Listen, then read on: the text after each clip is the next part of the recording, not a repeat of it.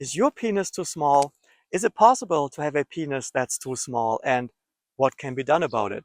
In this video, I will address these questions as I know that many men are afraid that their penis may be too small. My name is Stefan Buntrock. I'm a board-certified urologist and sexologist. Please subscribe to UroChannel if you haven't done so as a sign of appreciation for my content and give the video a thumbs up. Thank you very much in advance. Now, penises come in all sizes. There are large penises, small penises, large girth, and small girth. But even if there are quite remarkable differences in size when comparing both ends of the spectrum, most men are surprisingly equal when it comes to penile length. This is because penis size is normally distributed across the population.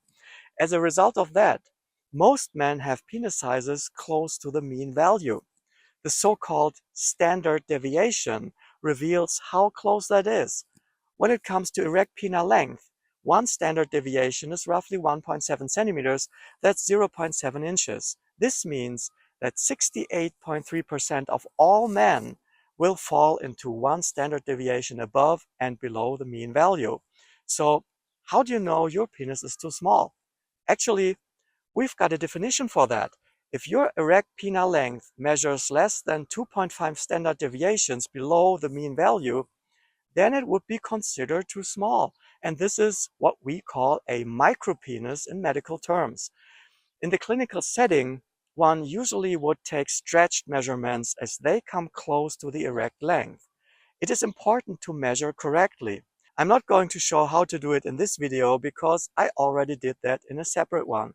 So if your stretched or erect penis is less than 3.7 inches, which equals 9.4 centimeters, then it would be considered too small. I know that many men are worried that their penis may be too small, which is clearly related to a profound misconception about normal penis size. Typically, internet porn is responsible for that. But actually, only a fraction of men have a micropenis.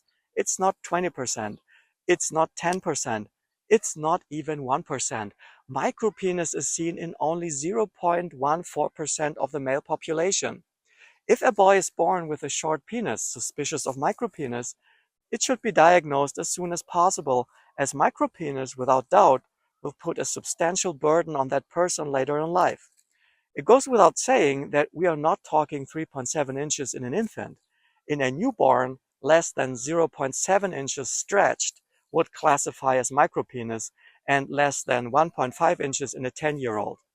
When looking for the cause of micropenis, we can basically put them in one out of three buckets. It's either lack of sufficient stimulation of the testicles to produce testosterone, which is called hypogonadotropic hypogonadism, or failure of the testicles to produce enough testosterone despite adequate stimulation. We call this hypergonadotropic hypogonadism, or it's idiopathic. In other words, we don't know. In many cases, an underlying genetic problem may be the cause, so genetic testing is part of the workup. Because in the early years, micropenis may respond to hormonal treatment, and it has to be sorted out whether it may be successful in the individual case. The window of opportunity is short. In adolescence and adulthood, hormonal treatment is not likely to work anymore. Surgery may be an option. I already pointed out in a couple of my previous videos that penile enlargement surgery is difficult because functionality must be preserved, so that true lengthening is not possible. But it is possible to get some length by cutting a ligament that attaches the penis to the pubic bone. But don't expect too much from it. If it works in micropenis, it will still be a small penis. So don't expect average size after the operation, which means that psychological counseling should always be part of the deal to accompany any kind of treatment in micropenis. In terms of new emerging therapies, I recently uploaded a video about Botox.